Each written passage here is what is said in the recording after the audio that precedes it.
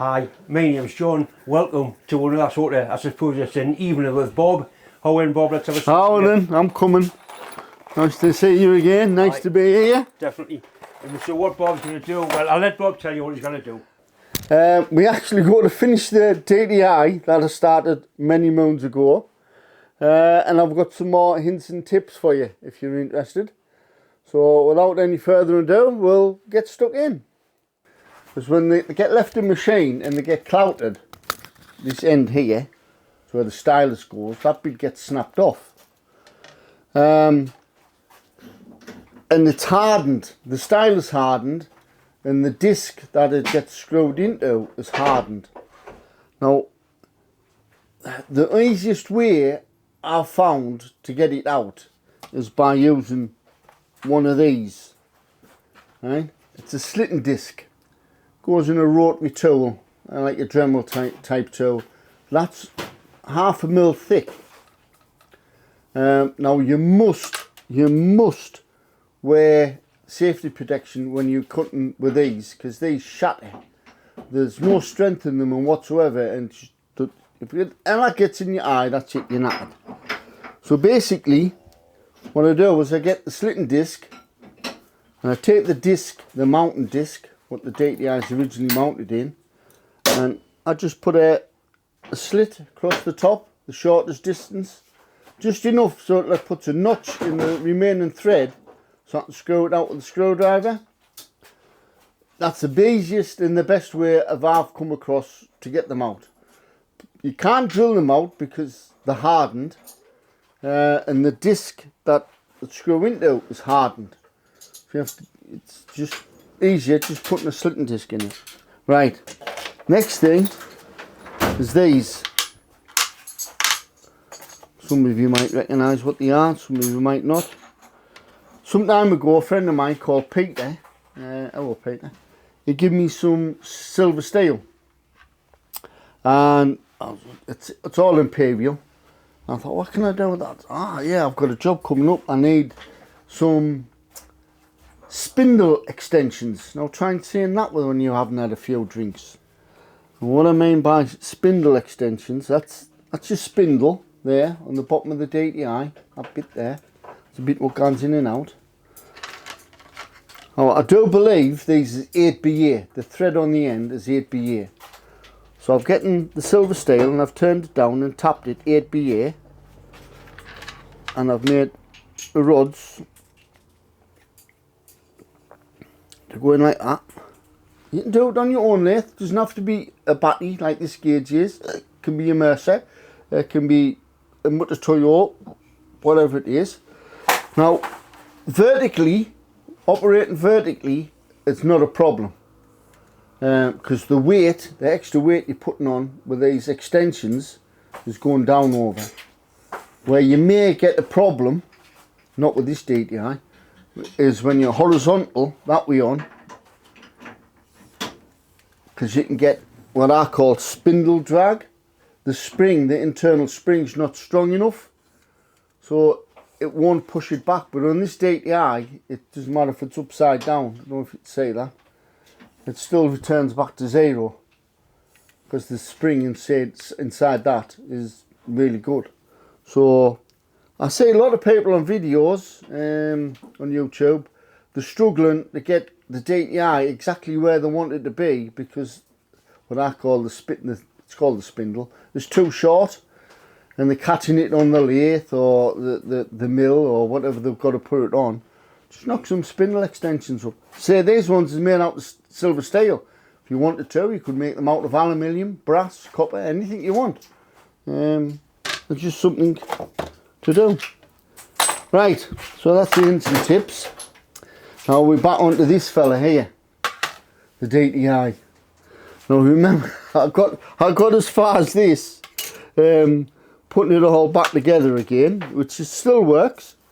There we go, it still goes up and down.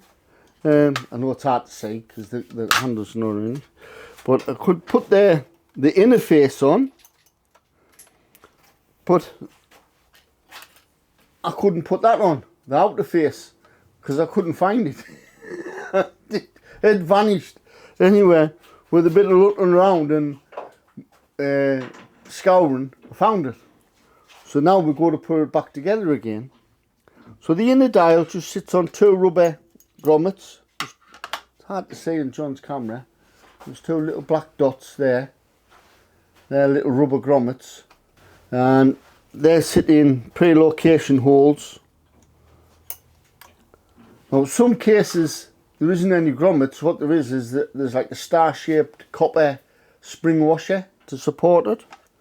Now the dial, this being the main face, it goes into the mounting bezel, which is this shiny ring.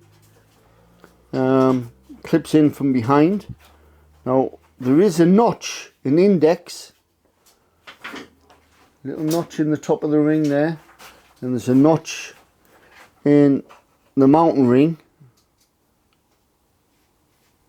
and you put the 2 together, push it in, and basically the notch is there to stop the face, that bit, from turning when it's in the bezel. When it's in the bezel. So we're going to put the hands on. You put a preload on. What people mean by preload is any slack in the movement is taken up before you actually move. So I'll put the face in. There's a notch on the bezel. The face just drops in like that. So that's 0. So the first thing I put on is the little hand. I know it's hard to say because it's tiny. When people say, how do you do that, Bob? So put the little hand on, but don't shove it all the way down so it's tight fit. So you need to preload it. And this is only, so I'll put on about in between the 0, I need to change my glasses. It's a thing of going old, you know. Just before the 0, about there.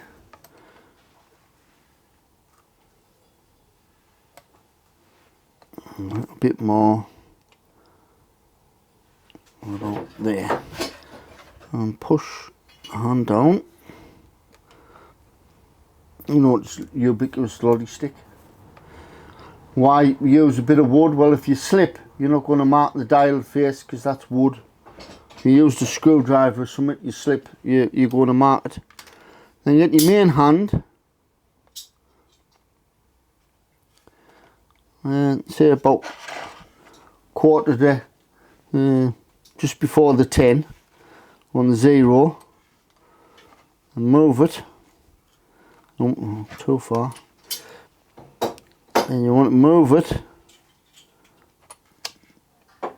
sticking on the face, so it lines up. Wants to go right. I know it's sticking. I know it's sticking. It's because there's no weight on the front.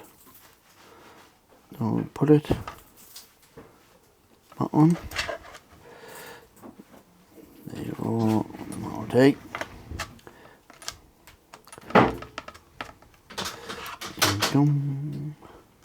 And we'll put, I made a new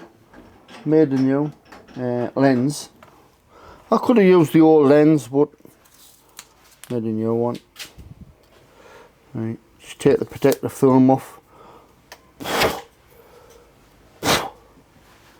Give it a blow. Put that on.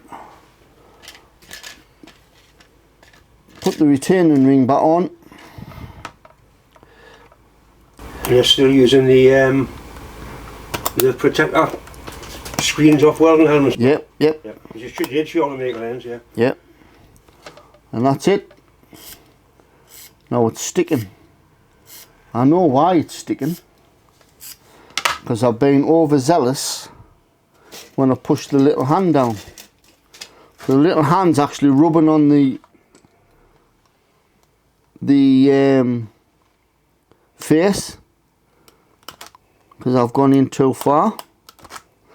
Oops, I'm going to scratch it. It's because the camera's turned on. That's because the camera's on. As soon as you get that camera involved, that's it. Right, take that off. Get the lens out. Now we need just to make sure it's that. Yep. I'll get me a big bit of slotty stick. Couple of bits. Dum, dum, dum, dum. And just need to lever that up a smidge.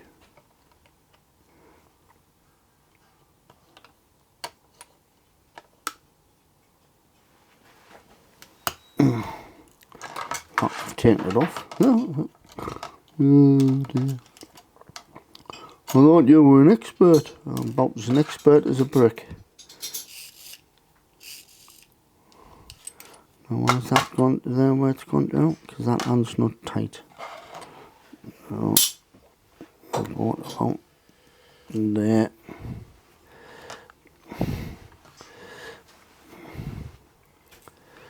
Get that off.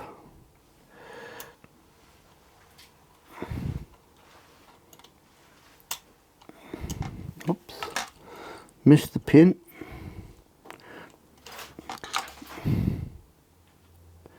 As I say, when I finish with this DTI, it won't go anywhere.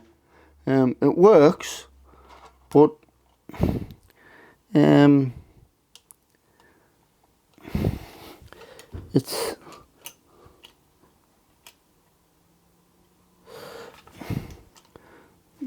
look, it's basically come to its end of its life, basically. Right, I'll put the back on. Hold that on. That's it. It's how it's returning. And that's that. I've gone past the 0. You're gonna do it right, Bob. Do it once, not twice. 3, 9. Oh, there.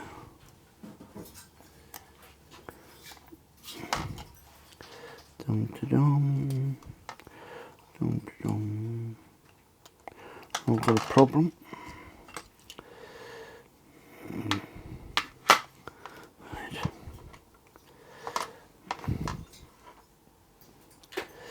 Dum da dum.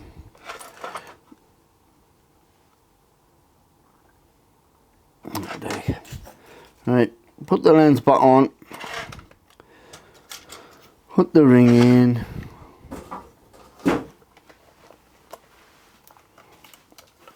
and these can be fiddly and awkward and horrible and nasty and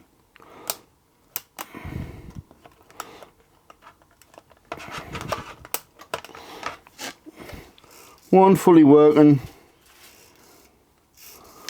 DTI.